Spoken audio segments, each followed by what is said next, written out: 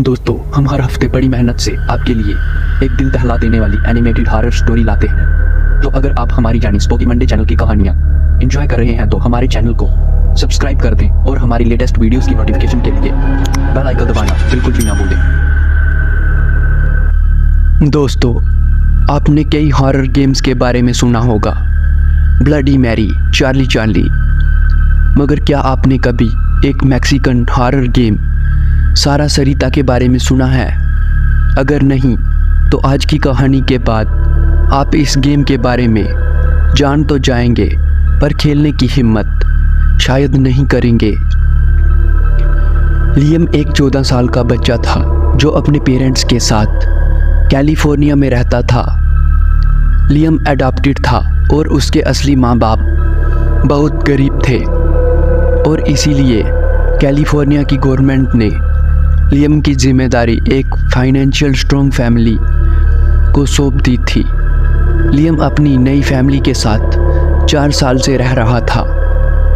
उसके नए पेरेंट्स तो बहुत अच्छे थे, मगर उसका रॉजर नाम का एक और बेटा भी था जो लियम को बिल्कुल पसंद नहीं करता था। वह लियम से 2 साल बड़ा था और बात बात पर लियम को तंग करता रहता था। एक रात लियम और रॉजर घर पर अकेले थे क्योंकि उनके पेरेंट्स काम से 2 दिन के लिए कहीं बाहर गए थे। इस मौके का फ़ायदा उठाते हुए रॉजर ने अपने घर पर एक पार्टी करने का फैसला लिया। लियम ने उससे ऐसा करने से काफ़ी बार मना किया, मगर रॉजर नहीं माना। लियम चुपचाप उठकर अपने कमरे में चला गया।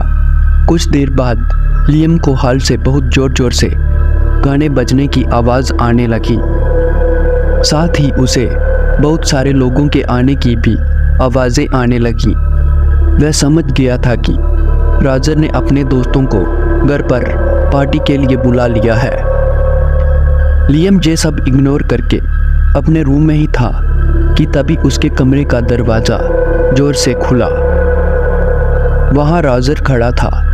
उसने लियम से अपने बिहेवियर के लिए माफ़ी मांगी और उसको पार्टी में आने के लिए कहा। पहले तो लियम को समझ नहीं आया कि आखिर रॉजर अचानक से उसके साथ अच्छा बिहेव कैसे करने लगा, मगर लियम खुश होकर पार्टी में शामिल हो गया। कुछ बच्चे पार्टी में डांस कर रहे थे तो कुछ आपस में ही बातें कर रहे थे। तभी रॉजर आया और लियम का हाथ पकड़कर उसे अपने रूम में ले गया। वहाँ जाते ही लियम ने देखा कि रॉजर के रूम की लाइट्स ऑफ थी और उसके कमरे में बस कुछ कैंडल्स ही जल रही थी। उसके रूम में उसके दोस्त पहले से ही थे। रॉजर के दोस्त लियम को देखकर हंसने लगे, मगर तभी रॉजर ने उन्हें चुप होने का इशारा किया और वह अपनी हंसी छुपाने लगे। लियम को कुछ समझ नहीं आया कि आखिर रॉजर उससे क्या चाहता था, इसीलिए उसने रॉजर से सीधे सीधे पूछ लिया। तभी रॉजर की एक दोस्त एमा आगे आई और उसने लियम से पूछा कि क्या वह उनके साथ एक गेम खेलना चाहेगा। लियम को लगा कि शायद रॉजर के दोस्त उससे दोस्ती करना चाह रहे हैं, इसीलिए वह तुरंत मान गया। रॉजर के कुछ दोस्त बेड पर बैठ गए और रॉजर खुद एक कोने में जाकर खड़ा हो गया। एमा ने अपने पॉकेट से एक छोटा सा वुड बॉक्स निकाला और उसमें से 2 कॉइन्स निकाले। उसने लियम से कहा कि अभी वह जो गेम खेलने जा रहे हैं उसका नाम है सारा सरिता। इस गेम में वो सारा सरिता नाम की 2 आत्माओं को बुलाएंगे और उनसे बातें करेंगे। उन्होंने लियम को डराते हुए कहा कि वह सारा सरिता की आत्माओं से जो भी पूछना चाहता है वह पूछ सकता है। सहमे हुए लियम ने बस हाँ से अपने सिर हिलाया। एमा ने फिर लियम को गेम के रूल समझाए और कहा कि जब क्वाइन के 2 हेड्स आएंगे उसका मतलब होगा यस, और जब 2 टेल आएंगे तो उसका मतलब होगा नो। और जब एक हेड और एक टेल आएगा तो उसका मतलब होगा शायद हाँ या ना। इसके बाद दोनों ने गेम शुरू कर दिया। एमा ने एक कॉइन लियम को दिया और एक कॉइन अपने पास रखा। फिर एमा ने आंखें बंद करके बोला, सारा सरिता कैन वी प्ले, यानी सारा सरिता क्या हम तुम्हारे गेम खेल सकते हैं। इसके बाद एमा और लियम दोनों ने एक साथ कॉइन को ऊपर उछाला और दोनों कॉइन्स में हेड आ गया, जिसका मतलब था यस। मतलब सारा सरिता ने एमा और लियम को अपना गेम खेलने के लिए परमिशन दे दी थी। एमा ने लियम से अपने क्वेश्चन पूछने को कहा तो हड़बड़ाए हुए लियम ने पूछा, सारा सरिता क्या तुम सच में यहाँ हो। उन दोनों ने फिर से कॉइन उछाले और फिर से दोनों ही कॉइन्स पर हेड आया। इसके बाद लियम अगला सवाल पूछने ही वाला था कि राजर के बेड के नीचे से सफ़ेद चादर ओढ़े हुए एक बच्चा क्रॉल करता निकला और लियम पर कूद गया। लियम के हाथ से डर के मारे वो कॉइन्स छूट गया। घबराहट के मारे लियम वहीं गिर गया और रोने लगा। तभी सभी बच्चे उस पर हंसने लगे और राजर और उसके सारे दोस्त लियम को रूम में लॉक करके वहाँ से चले गए। लियम उठा और अपने आंसू पोंछकर वहीं बेड पर बैठ गया। कुछ देर बाद उसे ऐसा लगा कि जैसे कोई उसका नाम पुकार रहा हो। लियम उठा और इधर उधर देखने लगा, मगर वहाँ कोई भी नहीं था।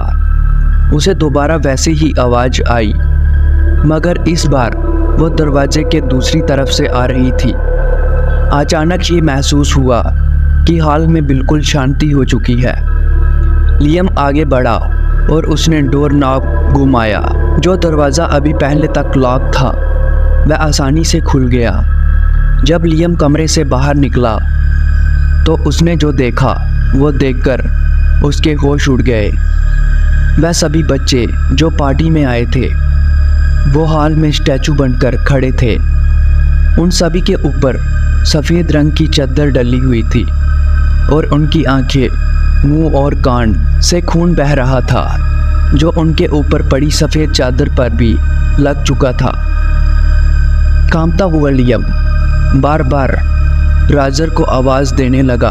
तभी स्टैचू की तरफ खड़े हुए बच्चे एक तरफ शिफ्ट हो गए और लियम ने देखा कि उसके पीछे सोफे पर कोई बच्चा लेटा हुआ था। उस बच्चे पर भी सफ़ेद चादर पड़ी हुई थी। लियम उस बच्चे के करीब गया और उसने चादर धीरे से हटाई। लियम के दिल की धड़कनें रुक सी गई जब उसने देखा कि सोफे पर राजर बेजान सा पड़ा था। उसकी आंखें काली पड़ चुकी थी।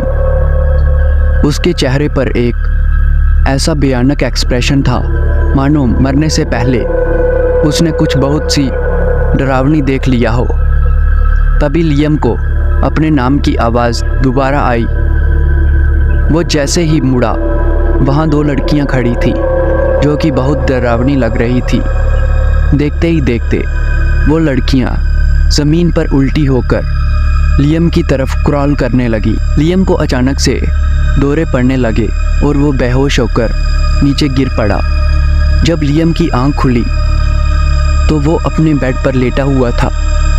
राजर उसके बेड के पास ही खड़ा था। लियम ने राजर से बहुत ही डरते हुए कहा कि सारा सरिता उसे लेने आ रही है। लियम राजर को अपने साथ हुआ पूरा किस्सा बताने लगा, लेकिन राजर को उसकी बातों पर हंसी आ रही थी और वह लियम का मजाक उड़ाने लगा। तभी लियम को दोबारा किसी के पुकारने की आवाज़ आई। वह अपने बेड से उठा और अपने रूम के शीशे की तरफ देखने लगा। उसे वही दो डरावनी लड़कियां अपने शीशे में नज़र आ रही थी। उन्हें देखते ही लियम का पूरा शरीर बुरी तरह कांपने लगा। उसकी आंखें काली पड़ने लगी और उनमें से खून बहने लगा। राजर ने अपने पेरेंट्स को फ़ोन किया, लेकिन जब तक वह कुछ कर पाते लियम की सांसें बंद होने लगी। पर ऐसा क्या हुआ लियम के साथ? क्या है सारा सरिता हॉरर गेम और क्या है उसका कर्स? जानने के लिए सब्सक्राइब करो हमारा चैनल। स्पोकी मंडे और देखो इस कहानी का पार्ट 2 अगले स्पोकी मंडे को। धन्यवाद।